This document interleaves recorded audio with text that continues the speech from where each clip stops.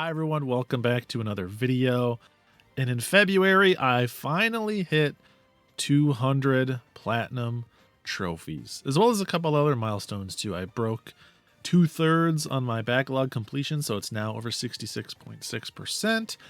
And I just generally earned a bunch of great trophies in a number of great games. So, as we always do, every month I'm going to take you into the individual trophies that I've earned, talk you through what some of the struggles were, how I enjoyed the games overall, whether or not the games and the trophy lists are kind of in sync with one another, and of course you'll get to see what game I chose for my 200th platinum. You know, it's a big milestone, so you have to celebrate with something meaningful to you, whether it's a joke or a serious game. It's got to be something that you want to look back on and remember fondly that this is the one you picked.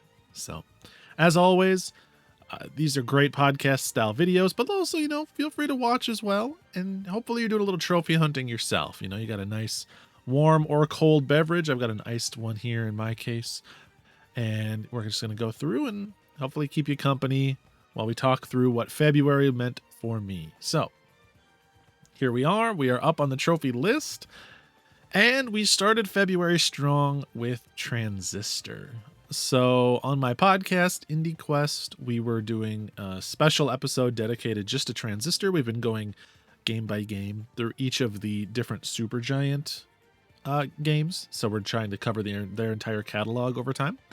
And we're up to Transistor right now, which is their second game. And I'd never played it at any point. So this, you're actually seeing me come in kind of halfway through the process because you have to do 2 playthroughs of the game. So I had started it in late January and I'd kind of continued that process and did that second playthrough in February.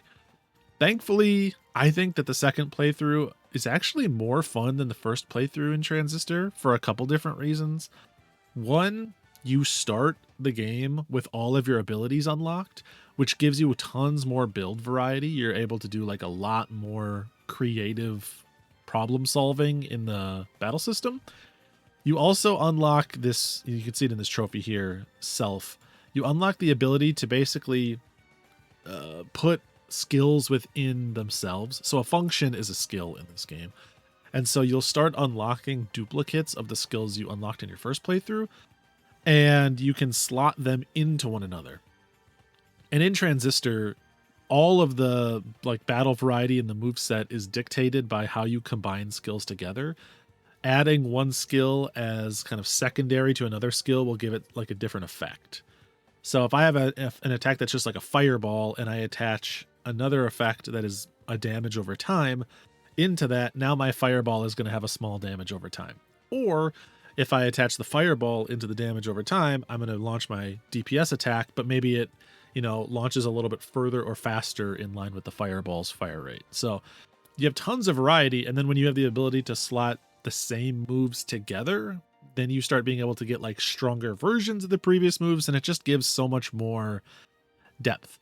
For a game that is all about creativity and expression in combat, that is a real strength. So it's not often I say this, but I do think that Transistor benefits from a second playthrough in terms of the battle system at the very least. It really does go a long way. But I beat the story. I did that function within itself. All the function files, you get that just by basically being creative and combining a lot of skills in a lot of different ways. Unlocking every process limiter. This is kind of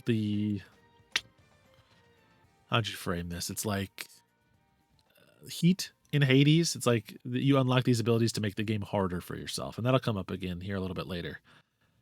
And then I did some of the optional stuff. These tests are all different all different battle arenas. And so there's ones focused on beating enemies quickly. One's focused on beating enemies with a specific move set. One's focused on beating waves of enemies. Almost kind of roguelike-ish, where you're unlocking new randomized skills every wave. A lot of fun variety, a lot of fun side stuff in the game. So you see here, there's a complete 5 encounters with 5 or more limiters on. That one is pretty easy to do because, as you'll see later, there's a trophy to do it with even more limiters. So you just have to do a handful of encounters with the hard modifier set. And there's some pretty reasonable ones in there. This one is really not too hard to do. Achieve user level 16. You're going to naturally get that as you play through Transistor. Unlock 32 memory. That's another one you're just going to unlock right around the time you get to level 16. In fact, you can see I unlocked them pretty much at the exact same time. And yeah, then we're going to switch. I did not complete Transistor here. I did get all the limiter files, but then I moved over to my most anticipated game of 2025, and I'm so glad to say that it lived up to my hype and my expectations, and that was Citizen Sleeper 2. So we're going to kind of sneak up a little bit here on screen so you don't see too much of the story events. But yeah, Citizen Sleeper 2, this is the first day I played it, and this is me going through kind of the initial tutorial, kind of like the setup mission, and then getting into the actual loop of the game proper. This is another one that if you want to hear like robust thoughts on Citizen Sleeper 2, I talked about it on my podcast, Indie Quest. But I will say, for fans of the first Citizen Sleeper 2 does everything the first game did successfully, but adds in some additional mechanical layers and seems to expand the scope of things a bit. So the characters and the writing are just as good as they've ever been. The soundtrack is just as good as it's ever been. You know, Amos Reddy crushed it. And it explores different themes, 2 does, versus the original one, but they feel relatable, or they feel connected in some ways. They feel like they're both experiences that someone under these circumstances might go through. And if you've never seen the game before at all, if you're like, what the heck is Citizen Sleeper 2? It's kind of like a one-shot tabletop RPG, like a Dungeons and Dragons type setup. It is a lot of reading, a lot of dialogue, and a lot of making choices, but then you also roll these die, and you can use those dice to fulfill certain objectives or take certain actions. Higher dice usually lead to more positive outcomes. So it's a little bit of resource management in terms of using your higher rolled dice to, achieve the more difficult things you need to achieve, and using your lower roll dice on kind of safer, less critical activities. And you reset those every in-game day. And then you're also trying to maintain energy and stress levels and stuff like that. It's really effective. It's got a great loop. It's very addicting. It's much more than just a visual novel. And I think folks that are into, especially like board gaming, or like I said, Dungeons and Dragons or something like that, you'll really get a lot out of Citizen Sleeper 2. It is really good. Then back to a little bit of Transistor, where I completed a couple more of the tests. Each speed test, those are actually pretty fun, pretty easy to do. And then this is the one I was mentioning before, complete 5 encounters with all 10 limiters in use. So the limiters are things like, more enemies spawn in this fight. Enemies have shields. You can't change your skills. You don't have any safety net if you get down to low health like you do otherwise. So it makes everything more difficult. You have to be more intentional. But because you only have to clear 5 encounters, you can sort of you can plan on doing it in some of the easier encounters, right? Like you can do it some of the earlier game encounters, or ones that are with generally weaker enemies, or enemies that your build is better set up to handle. And you can always restart from checkpoint if you fail in a particular fight and feel like you are not going to be successful in future ones. So really is not too bad at all, but all the same, it was difficult. It's a little stressful, at least. There's a reason that this one only has a 10% rarity. It's probably one of the tougher achievements in this game. And then, yeah, unlocking every upgrade slot and passive slot, that's just like the mem and things before. That just happens naturally as part of leveling up, and nothing too crazy. Just going to happen naturally on your second playthrough. Then I popped over to a game that I don't think many people have ever heard of. This game is called The Occupation. This is an indie game, and it is like a research investigation stealth game. So the loop of it is that you play as a reporter, and you're going into these locations to interview different people related to this bombing attack that happened at this technology firm. And in the several hours leading up to your interview, you show up, security lets you in through the lobby, You kind of meet and greet the people you're going to interview with. And they're like, yep, all right, I'll see you at 4 o'clock for our interview. And you have several hours to then just wander the campus. And you're sneaking around trying to find clues and bits of evidence and leads that will inform the questions you're going to ask the people you're interviewing and ultimately help inform what really happened, what the events of the story are. So you're doing like unethical investigative journalism, I guess. Like you're sneaking into restricted staff only areas, you're crawling through vents, you know, you're hacking into people's computers, trying to find documents, intel, information to ask these interviewers. And kind of the novel thing about this game is that all of this is happening on a real-time clock. So now I said you show up, maybe it's noon in game, and they say our interview is at 2. That means you have 2 hours, 2 literal hours. Their in-game time is the same pace as our real life time. So you have 2 actual hours of your life to do this investigation, and you have to be at that interview at that point. And so that clock is ticking, man. Like there's no way to like speed up or slow down or reset time. So you really have to own your mistakes, you know, own situations where you get caught doing something that you shouldn't. You know, if you know that some, like maybe 2 people are going to have a conversation somewhere at a particular time, you have to make sure that you are there and able to hear it, because if you miss it, it's gone. There's no way to get it back. And so it makes for this very just like clockwork sort of setup. It's very intricate, right? There's so much, it's like a very dense experience because so much is happening on all these different timers and all these different loops, and you're having to maintain that pace and find clues and evidence. So in that way, it is a really interesting game. I will say that the PS4 version that I played is a little clunky in that you can tell this game was really designed for PC, and the controls feel like PC controls kind of awkwardly mapped to controller. So some of the ways that you have to like hold a cursor down and like move the joystick, it's clearly meant for you to like click a mouse and swipe a mouse to open a door or whatever. And that can be a little clumsy, but the game itself has some really interesting ideas. And this is one that I had played a long time ago. I was just going back and cleaning up and getting the platinum. So getting the platinum basically means going back and finding all the leads, getting all the collectibles, which in this case are vinyls and interview tapes. Just finding all the right stuff and generally doing kind of everything the game has to offer. And it's really not that bad to do because the game has a chapter select that tracks everything and it keeps really good tabs on what you've done. Importantly, this one, the complete a playthrough without getting spotted out of bounds. That sounds, and when they say out of bounds, they mean in like a restricted area, not like literally out of the bounds of the game. You know, you're not no clipping. There's no speedrun tech here, but this means never getting spotted by anyone in any restricted area, which is pretty tough. But thankfully, you don't actually have to do a full playthrough without getting spotted. Instead, the chapter select keeps tabs on if you ever got spotted during that chapter.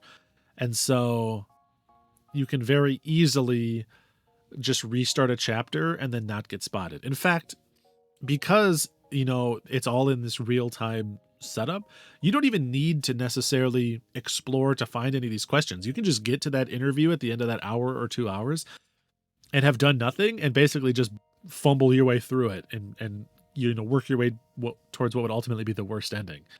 So you can, if you got caught while going for all those optional collectibles and stuff, you can just start up a new run on that chapter, walk in all the publicly accessible areas, you know, walk into the lobby, go up the elevator, walk to their office, sit down on the chair there next to their office and just wait for the hour long that you need to wait for, and you'll complete it without getting spotted out of bounds. So not as bad as it sounds, even though it's written in a way that would make you think this is a very stressful trophy.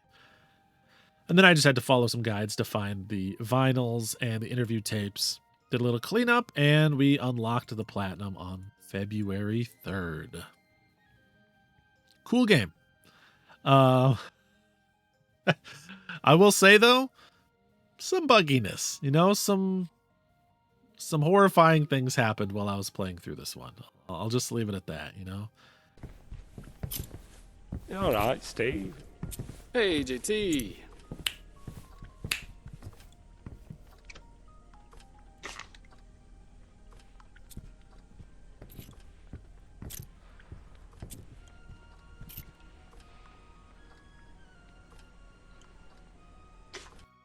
So this was my 199th platinum, which meant that it was time for my 200th platinum. And what did I choose? It had to be Hades. So all I needed to do to earn the Hades platinum is pet Hades or pet Cerberus 10 times. Pet Hades. I wish you could pet Hades 10 times. That'd be pretty good. No, just pet Cerberus 10 times. I had done everything else with this platinum a month or two ago. You probably saw that in one of these previous videos if you've been following the channel for a while. But I saved this trophy in particular because I knew I wanted Hades to be my 200th platinum. And the reason that I wanted to do that is I have a tradition. If you look back at my profile, every 50 games, I pick an indie game that I really love, and I make that my 50 trophy milestone. So I did Tunic, and then Outer Wilds for 100, and then I did The Messenger for 150, and now Hades at 200. And so I like to every 50 have an opportunity to either platinum a game I'm really, really loving, or what's more common is that it gives me an excuse to replay an indie that I really love and go for the platinum. In fact, all three of those previous ones, actually all four, including Hades, every one of those 50 trophy milestones to this point has been a replay. And I kind of like that. You know, it's a good excuse to set aside the time to go enjoy something that you love and kind of remind yourself of why.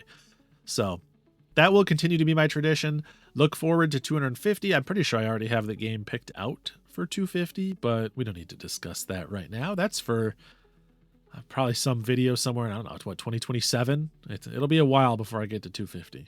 So, but until then, Hades, phenomenal game. Obviously, I love this one. Great loop, and it took me all of, I mean, you can see I unlocked the Occupation Platinum at 3:28 p.m. And by 3:37 p.m., I had my Hades Platinum. So I just needed to boot it up. Grab the disc, throw it in, boot it up, pop that last trophy, and I was good to go. Then we did a little more transistor work. We completed all of the agency tests. Just another one of those kind of loops. And then we do a lot more Citizen Sleeper 2 work. This is me continuing my first playthrough. I'm skipping past that for the purposes of spoilers. And then as you can see, we get to the conclusion of Transistor. However, I will say this one right here, oof. Complete every performance test. This is brutal. So performance tests are wave-based arena battles. And there's multiple levels of it. I think it goes up to 6 or 7. And at the highest level, you're doing like 20 something waves of enemies. And this takes a while. And I played through one of the last ones. I think it actually was the last one. And I got to the very end. I finished it. Like I beat it. It took like a half an hour. It was so long. And then as it was saving, the game crashed. And when I went to boot Transistor back up again, it said that your save data has been corrupted. You know, press X to start a new file. And I was like, no, are you kidding me? Come on, bro. I do not deserve this. This is ridiculous. So I did a little Googling online, and it turns out that it's like an optimization issue of the PlayStation 5 version of the game, or rather playing the PlayStation 4 version on a PlayStation 5. So there is no native PS5 version. At least I don't think that there is. So I was playing the PlayStation 4 version on my PS5, and I guess that the game is prone to crashing and save corruption when you're playing it backwards compatible like that. So my advice to any of you playing Transistor on a PS5 is either one, don't play it on a PlayStation 4, or make sure that you are backing up your save file every so often. And be careful, because a lot of people have automatic backups. And so if you have automatic backups turned on, it might update and upload your corrupted save file, and then you're truly done. Thankfully, I always have my automatic backups turned off, and I just occasionally upload my saves to the PlayStation Plus cloud. And thankfully, I had a save file that was like an hour or two back from where the crash was. So I was able to like get back there and recover it and ultimately earn my platinum. And I was happy about that.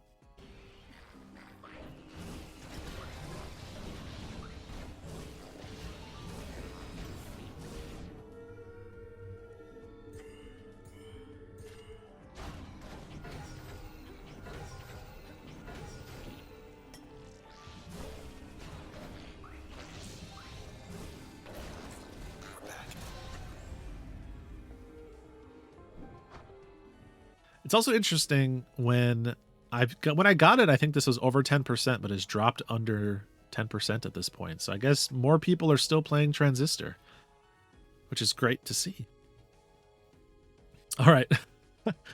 Now we get into a little bit of like an obsession I had recently. So Blaze Blue this was the oldest game on my profile that I do not have the platinum on. This is the second Blaze Blue game, Continuum Shift.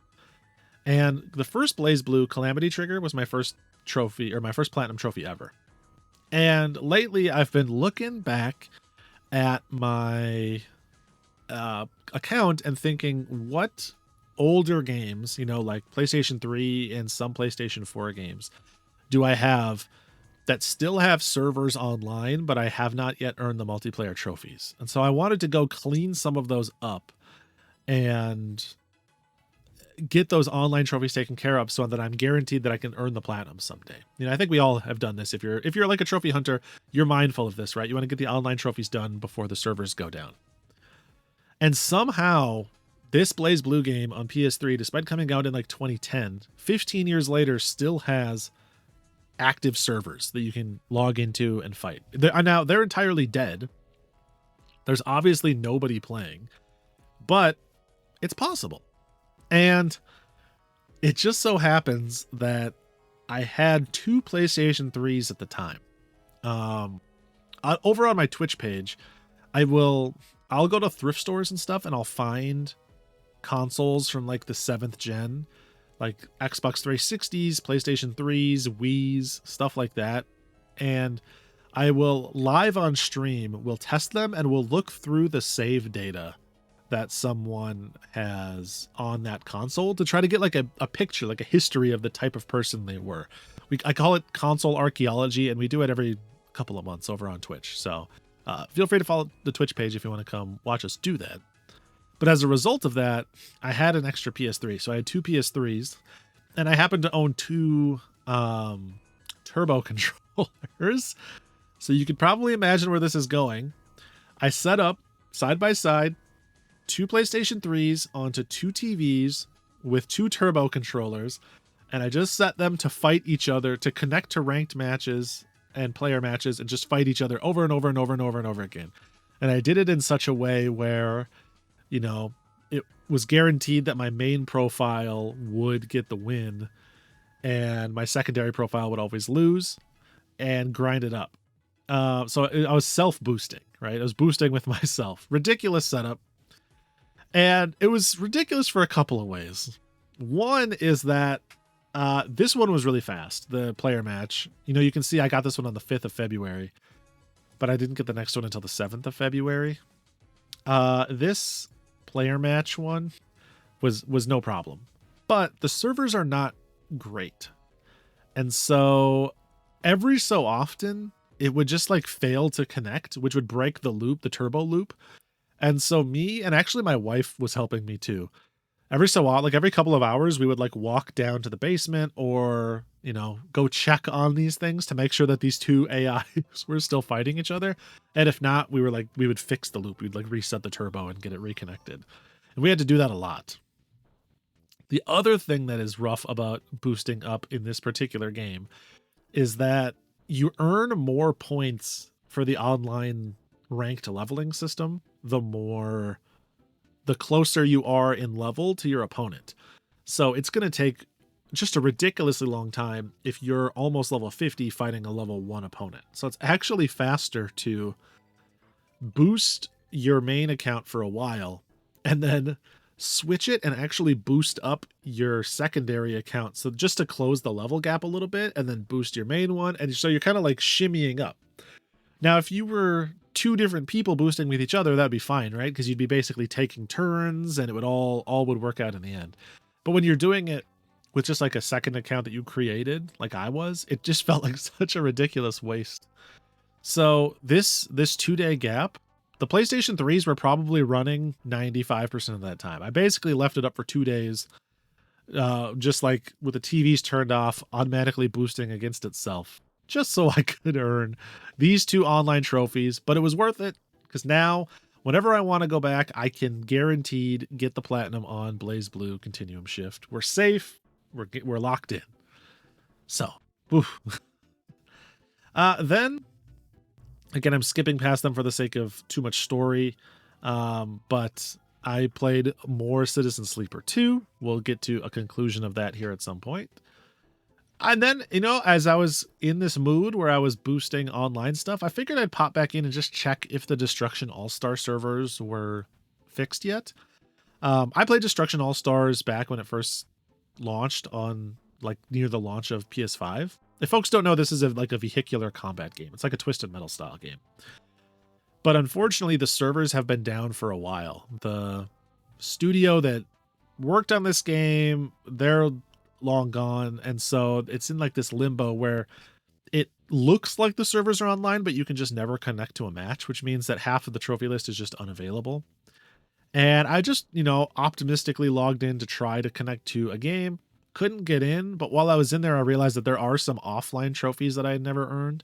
I don't even know that this arcade mode existed when I played back in the day. So I just spent an hour or two going in and cleaning up, the few trophies that I'd be able to do. Yes! Did you see that? Oh, a brutal annihilation from Ultimo.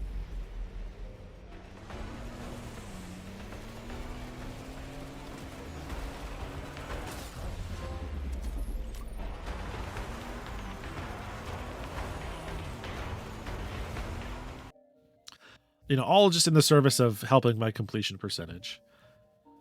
Then I went in, and this is for the game Jet the Far Shore. Very weird game. I don't even know how to really describe this one. It's like no game you've ever played. It's like this weird planetary nature exploration game that's just like a fever dream mixed with like a sci-fi show. It's so interesting. It's from the developer of Super Brothers Sword and Sorcery EP, but it's much weirder and it's like worse. This is one of those games. Let me know if you ever get this. This is one of those games that's like, it's not fun, but it's fascinating. Where you're like, I'm not enjoying this, I don't think, but I'm intrigued by it. I still want to see what's going on. At some point, they released a DLC that just had a couple of trophies, these 2 trophies, and I had never gone back and done it. So I just did like knock that out, get that one back up to 100%. I went and cleaned those 2 trophies up. Was not bad. There's like a chapter select you can do. It took like an hour. And then, man, this is the game that I just can't get through. Maybe one of my hottest takes, but I booted up. I wasn't sure what I wanted to play, so I booted up Far Cry 3 Blood Dragon again, which is unfinished on my profile. I got 1 trophy, and then I just couldn't keep playing. I just don't like this game. I don't even know what it is necessarily that I don't love, other than it just feels really sluggish and bad to play. Now, I don't know if that's the PlayStation 3 streaming, because this is a streamed PS3 game, or what, but every time I play it, I'm like, this is just miserable. I'm just not having fun. So this will probably sit on my profile for some time. Every year or so, I kind of forget that I'm not a fan, and I boot it up and I try it for a little while, and I'm like, nah, this ain't the one. Then a lot more Citizen Sleeper 2, just more story stuff. Not really. My first playthrough of Citizen Sleeper 2, I was not hunting trophies. So I was just playing through. I didn't even look at the trophy list, just kind of having a natural first experience. Then we get into a new game on the list, Enslaved Odyssey to the West. So this is a game that I played this on the 360. I loved Enslaved back in the day. I played this like right when it first came out. Really great game. If you like Uncharted or if you appreciate games that have like colorful, vibrant environments, especially like jungle-y type environments, you'll really like Enslaved. But this is a game that somebody else in the past had booted up on my profile. And so I only had a single trophy unlocked, the like chapter 1 trophy, the prologue. And so it was like 1 out of 59 trophies had been earned. And so I was like, no, that ain't it. Plus, you know, it helps that my friend assigned me this game to clean up on my backlog, but I was happy to do it because it did feel like it was sticking out like a sore thumb. Here's this game that I love and had never played on the PlayStation. It was a great opportunity to replay it. And you'll see more of these trophies coming up. I will say the PlayStation 3 version is probably not the version of Enslaved to play. Performance is pretty rough, quite uneven, quite framey, and just in general sluggish, I will say. It's in that era where the 360 game was more optimized than the PS3 game, or of the same game. You know, if a game came out multi-platform, it was usually the 360 one that ran better. And this is a real strong, it shows why that's the case.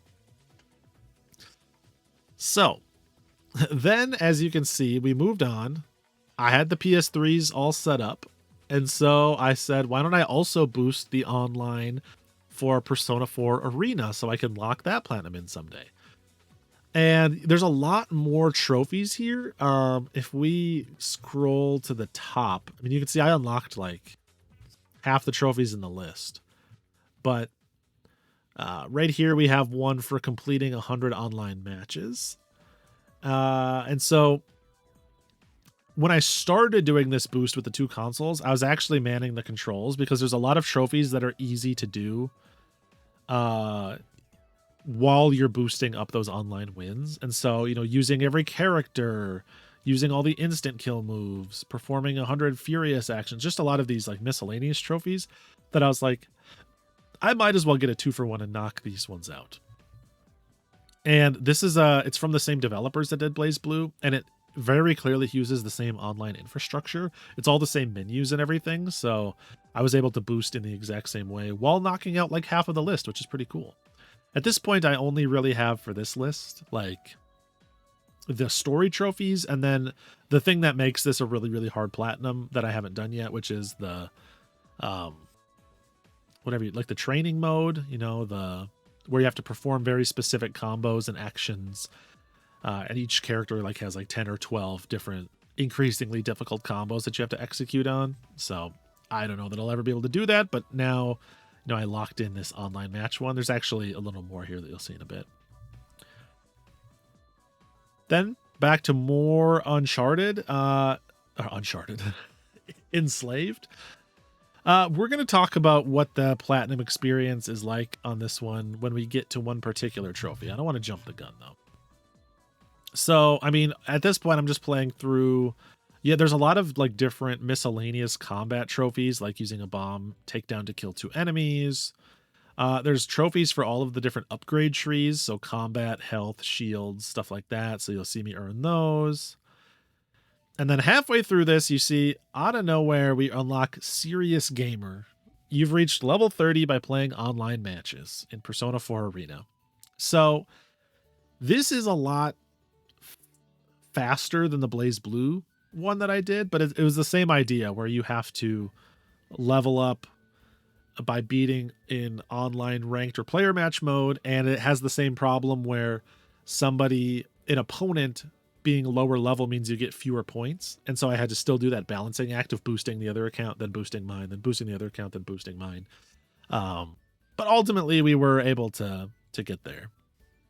And, you know, I know you might be thinking like, oh, you boosted your online wins. Like, you know, oh, you didn't really earn it, right? You should have just played and fought honorably to really get that. And it's like, in a perfect world, I would have. But at this point, there's literally nobody playing this game. It's not possible. This is the first Persona 4 Arena.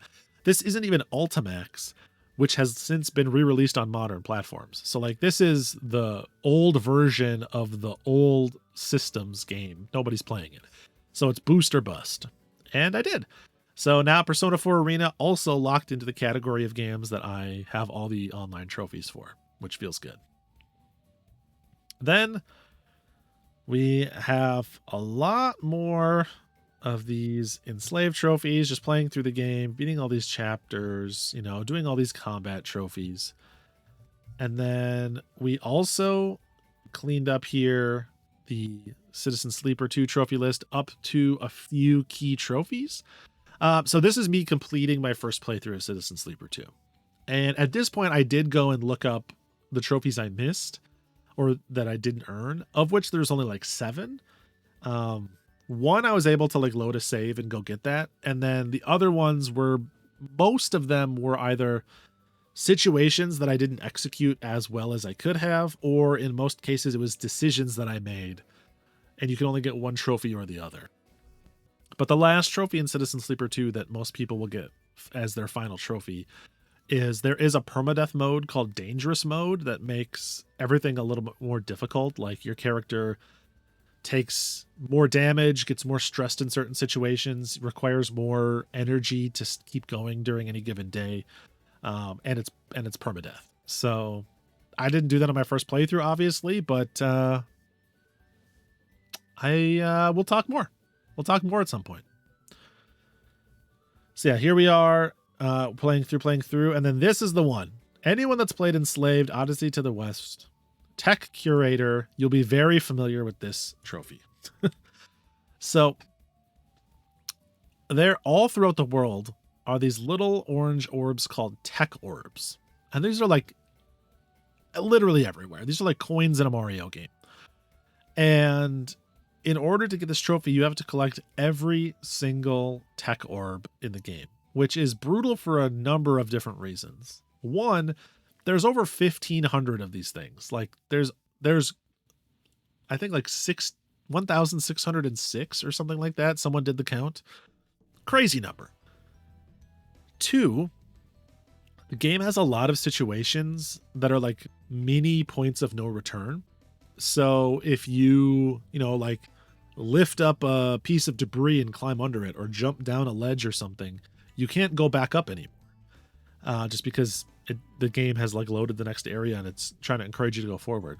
So you have to constantly be very diligent in making sure that you have collected every orb before you progress to the next area, which is brutal and does require you to basically follow a step-by-step guide.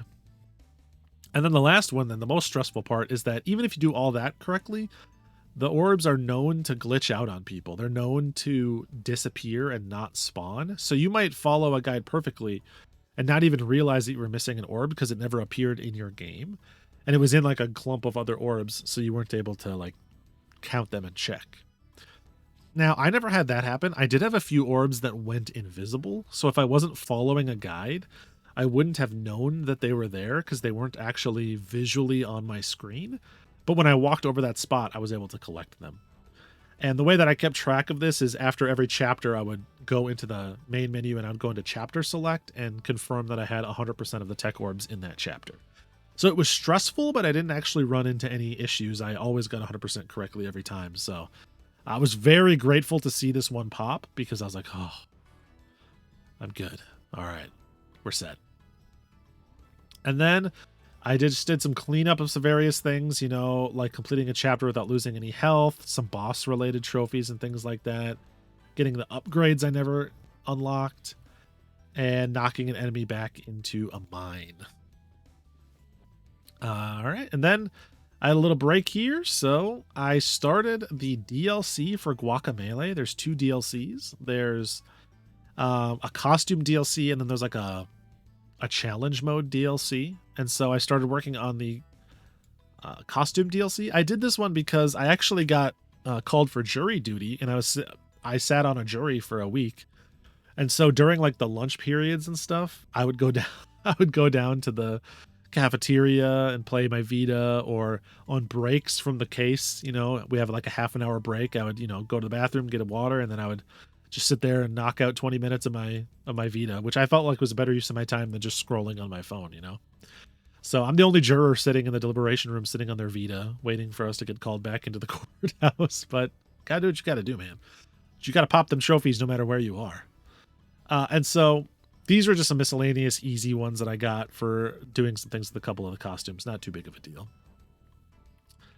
Then on the evening of the 19th, I finished my second playthrough of Enslaved, which I had to do for the hard mode. It's easier to do an easy mode playthrough and get all the combat trophies and then do a hard mode playthrough afterwards rather than try to do everything in one playthrough. So I did a hard mode playthrough, which only took maybe 5 hours. And boom, we popped the Enslaved Platinum. 10% rarity, which feels pretty good and really nice to go back and clean up a game that I love that much. That one felt like a really nice one off my list. You know, it went from a 1 out of 59 trophies all the way up to a platinum. And then, as you can see here, there's a single DLC pack that came out for Enslaved. And I never knew that this came out back in the day. You play as one of the side characters, kind of the Sully, I guess, of this game, called Pigsy. And if I'm being honest with you, I did not love this DLC. It's more stealth-based. This character is not a fighter and also not mobile. So you don't get any of the fun platforming and any of the melee combat. Instead, it's like you're sneaking around trying to like plant like distractions and EMP bombs to neutralize the machine enemies.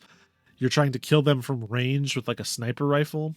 But it's one of those stealth situations where if you get spotted, which is really easy to do, enemies will run up to you and they kill you in like one melee attack. So it's a lot of just monotonous trial and error. It's nothing like the actual main game.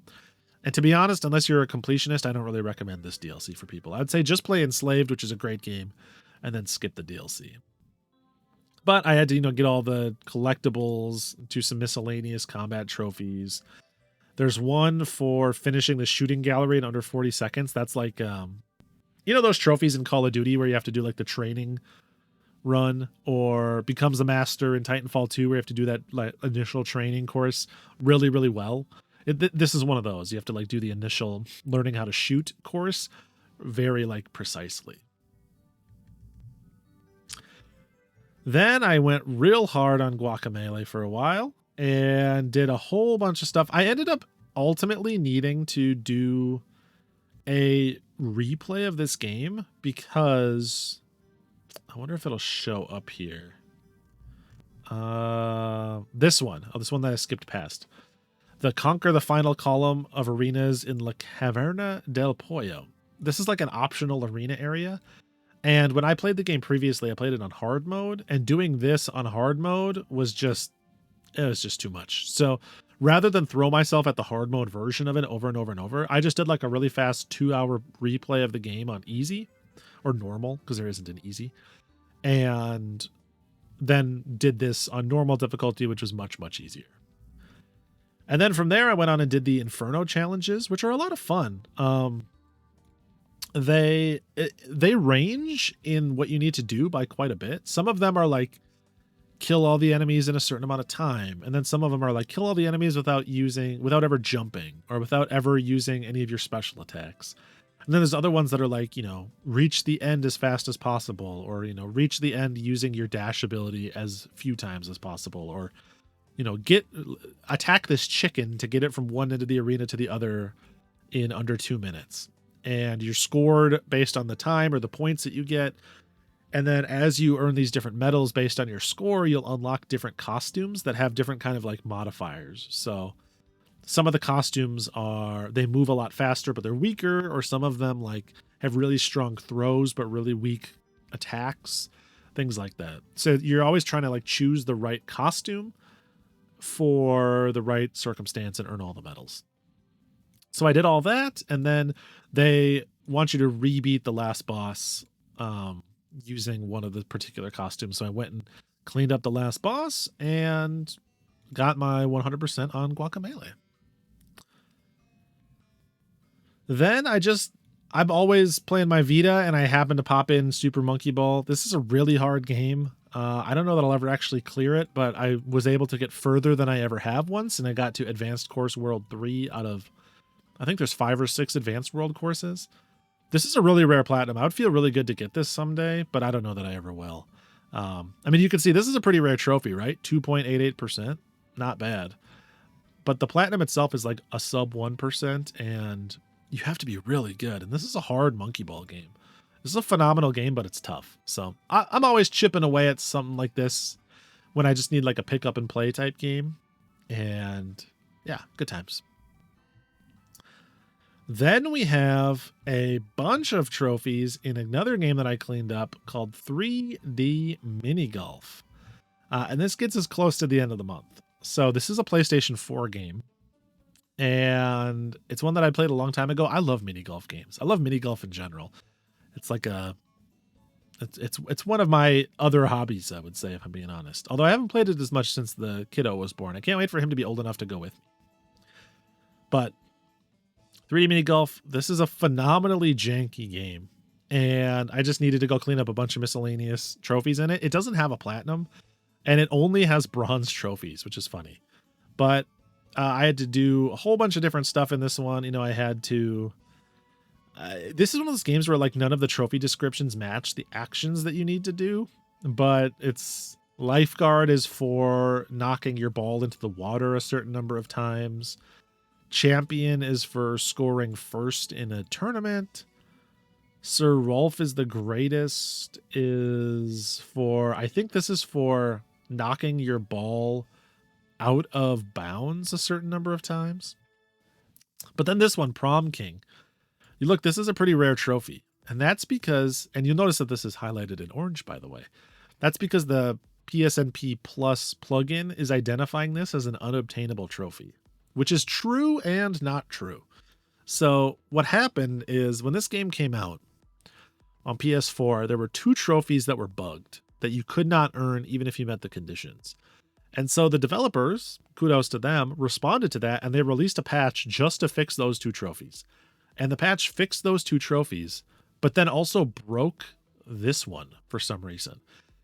So if you're playing the patched version of the game, you can't earn this one trophy, and as a result, it's unobtainable.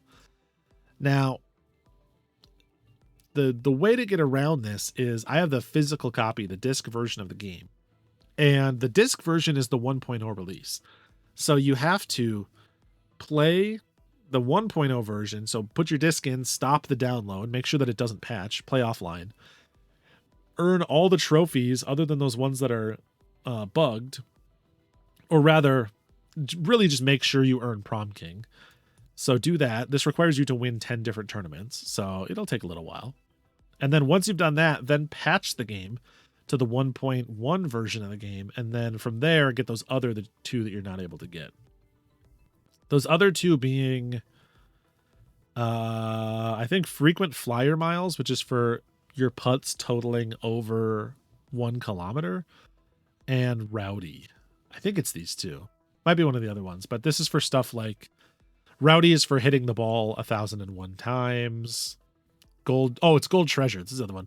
This is like a challenge mode where you're graded individually on each hole for getting at or under par. And so you have to basically get par or better on every hole in the game, which usually requires getting it in 2 because a lot of the holes can be hole in 1 pretty easily. So I did all the fanciness I needed to, you know, patching and unpatching the game, doing all that magic, and I was able to successfully get my 100% on 3D Mini Golf, which is cool. This was the #1 game alphabetically on my profile. So, I don't know. That's kind of interesting.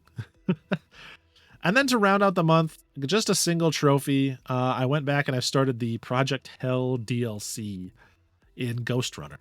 So, Ghost Runner is a phenomenal game. I'll probably talk more about it next month's episode. But it's a really fun first-person, like, Mirror's Edge meets Ninja Gaiden. And the DLC is just kind of more of what makes the game good. So far, I'm really enjoying my time with it. This is kind of my cleanup project for right now as I'm working towards increasing my overall completion percentage. So to end the month, we are ending with 235 of my 426 games completed. And I'm at 67.34% completion. So feeling pretty good about that. I'm almost under 5,000 unearned trophies, which is one of my soft goals. I want this to be at 75%. I want this to be under 5,000. And I'd like this to be as high as possible. So yeah, that's where we are. 203 platinums. And I say a pretty dang good month in February. So let me know what you earned in February and let me know what you worked on while you were watching this video, because I know you were trophy hunting. And I appreciate you watching, especially if you made it all the way to the end. Until next time, peace.